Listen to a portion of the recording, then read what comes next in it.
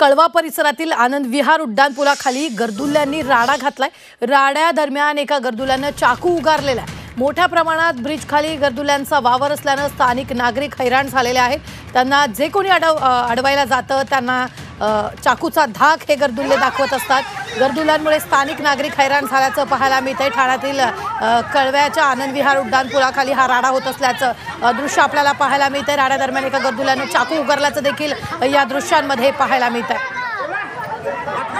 या संदर्भात ताजे अपडेट देत आहेत आपले प्रतिनिधी शुभम कोळी। शुभम, काय सुरू आहे? निश्चित आपण पाहतो ठाणे महानगरपालिकेच्या बदलत्या अंतर्गत मध्ये अनेक उड्डाणपुलं जी आहेत ती शहरामध्ये बांधण्यात आलेले आहेत, परंतु याच शहरातील उड्डाणपुलाच्या खाली गर्दुल्यांनी जर ठाम मांडलेला आहे। शहरामधील असे अनेक उड्डाणपुलं जे आहेत त्याच्यामध्ये त्या पुलांच्या खाली जे आहेत ते गर्दुल्यांचा वावर मोठ्या प्रमाणामध्ये दिसून येतोय।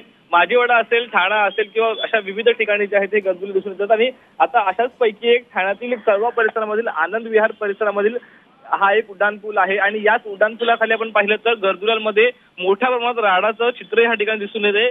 यामध्ये एका इसमाने जो आहे तो एका व्यक्तीला मारण्याकरता चाकू देखील जो आहे तो उगारला होता, तर चाकू जो आहे त्याला लागल्याची देखील माहिती जी आहे ते एकंदरीत समोर येते। या कारणामुळे आपण पाहिलं तर रात्रीच्या वेळेस जे आहे ऐन रात्रीच्या वेळेस तिथे राहणाऱ्या स्थानिक नागरिकांचा जीव कुठेतरी धोक्यात येतोय।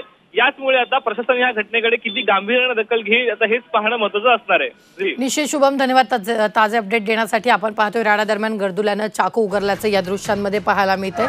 मोठ्या प्रमाणात हे गर्दुले राडा घालत असल्याचं पाहायला मिळतंय आणि याचा नाहक त्रास जो आहे तो स्थानिकांना सहन करावा लागतोय।